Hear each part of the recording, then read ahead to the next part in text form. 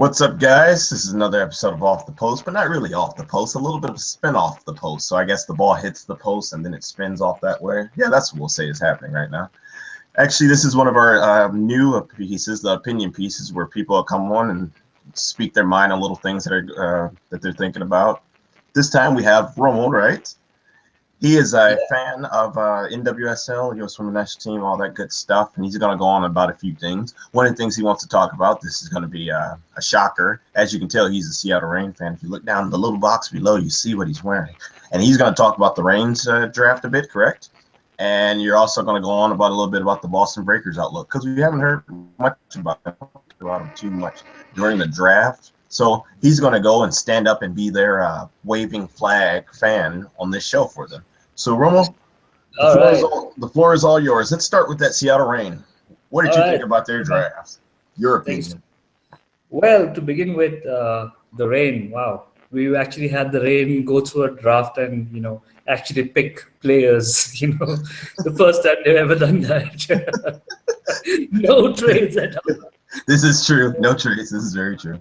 Yeah. So, I think something that a lot of these coaches that have come into American soccer have brought in, and I think that's kind of a leitmotif that kind of ran through the entire draft this year. Where teams kind of had a very clear idea in terms of what they were trying to get out of it, rather than go for star power. Yep. So we saw like a whole bunch of surprises. For example, Westfall going to the Breakers at number 3, for example. Was that number 3? I wish I had my notes up. I can always check for you, but continue. I'll check as you. I'll do the fact checking as you go and do your thing. Yeah, sure. I think it was number 3. So anyway, them, for example, and of course, I'm a little in the dark as far as the whole college scene for the US is concerned. So, I just have like a few sources that I can look at in terms of their opinions on players. But apart from that, there's nothing really too solid to go on. I mean, of course, there are a lot of highlight reels all over the place. But, they just show like the best of a player rather than, an entire thing going on with what you're looking for in a player. So keeping that aside, I think what was surprising with the way the draft kind of flowed this year was practically that. I think most teams, even look at Sonnet, for example, number 1. Portland kind of made sure they got to that number 1 post, because I think Sonnet kind of fills that gap at the back perfectly for them. I mean, there's no Hollebeck this year. They've had huge holes at the back. So I think getting someone in there solid was definitely like very high up on the agenda. And I think that's completely in keeping with how the draft flowed, where everyone just went in and pushed for what they wanted rather than, the star players. Lots of big names that kind of slipped way down into the second round and so on.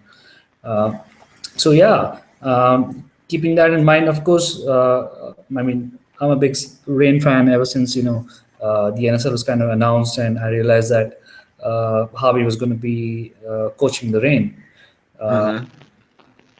So, I do follow a whole bunch of,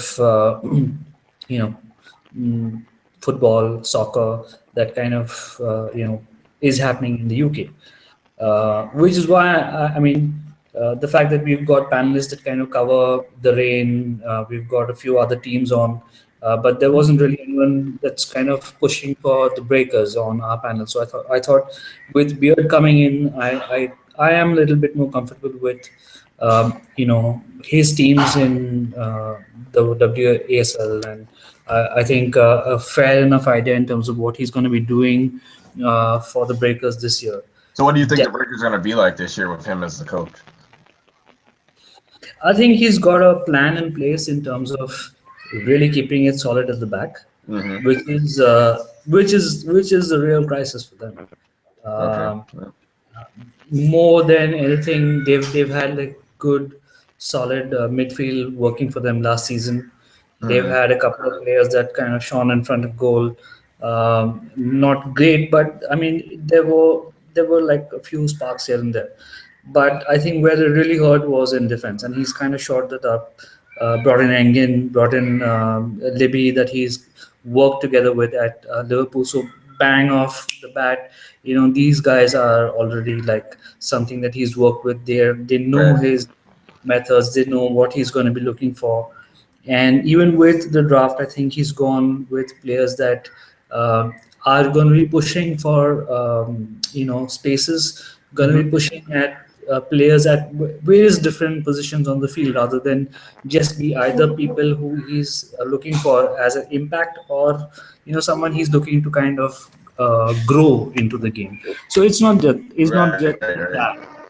It's a very methodical look at where all these particular players can kind of impact and kind of push for positions in those places. So he's trying to bring in that sort of competition into the team, which I think is going to be really interesting to see. Now, how do you think they're going to finish this year? I guess you can tell your opinion now. I can't because I'm going to be on the draft. I mean, the show that does the preview of the NWSL. But what is your opinion? Like, where do you think they'll probably land this year? I think they're like a forward away from the playoffs right now. Hmm. If they don't manage to pull that off, they're definitely going to be mid-table. But they're going to be a far more solid team than what we've seen so far. What I worry is that with what has happened over the last 3 seasons, for example, with the Breakers, I think they've fallen off the. I think they've fallen off the globe, basically.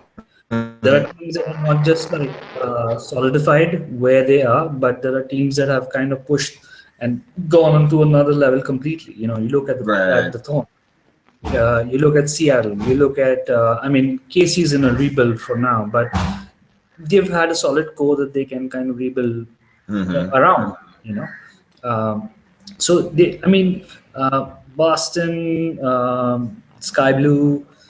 I think they're still finding their feet, and I really run out of excuses for them. But yeah, I think it's going to be between Boston, Sky Blue, and the Flash to kind of see who is avoiding that bottom rung. Yeah. The only difference here is that I think with Beard coming in, with Beard coming in, Nicely done. Well played. Well played indeed. I can't do it. But yeah, there you go.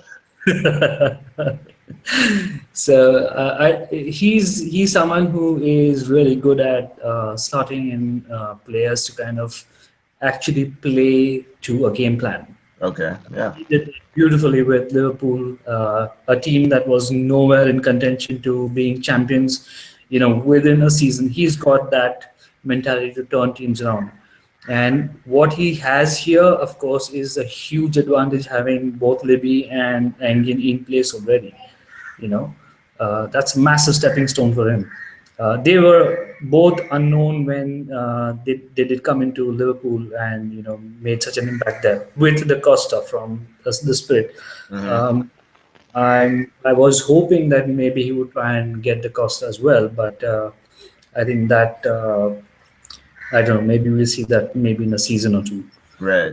Yeah, I think he's got all the potential to push this team to really, really perform this season.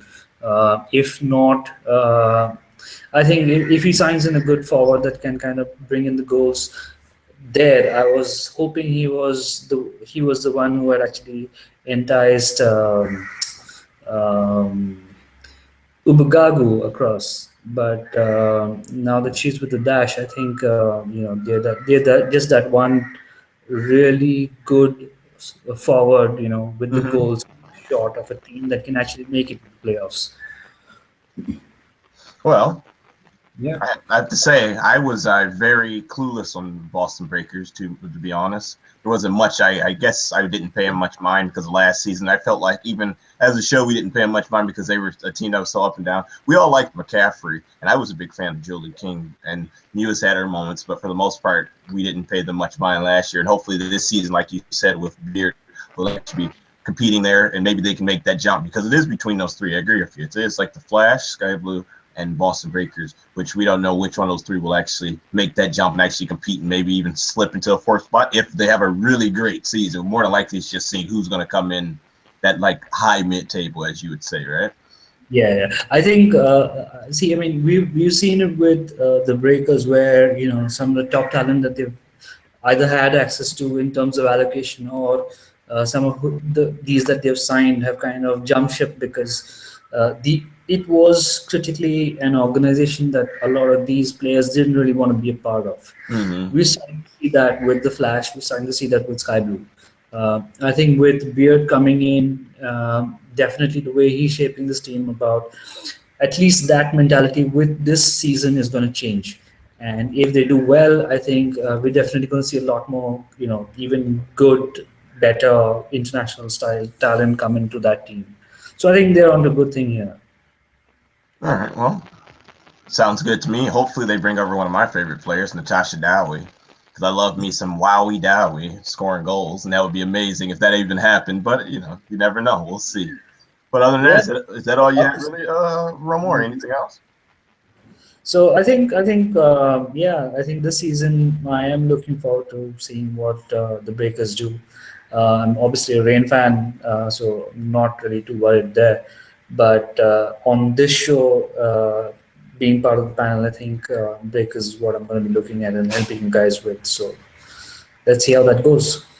Yeah, thanks. And we appreciate it because we need other people looking at the Breakers. So we have fans of every club. I always go strong for Sky Blue. What's up again, Cloud9? How you doing? And so we need people that support or at least follow other clubs so that we can have that opinion. So clubs like Boston Breakers, or let's see, maybe we're going to definitely someone follows Orlando a bit for us during the season. I know we'll pay them attention, but we need someone that's like strongly following them to give us like that inside look or really just break down what the teams are doing. Other than that, I think that's everything, right, friend? Yeah, absolutely. All right. Well, this was another opinion piece. I think you did good in this first time. You guys give it a like.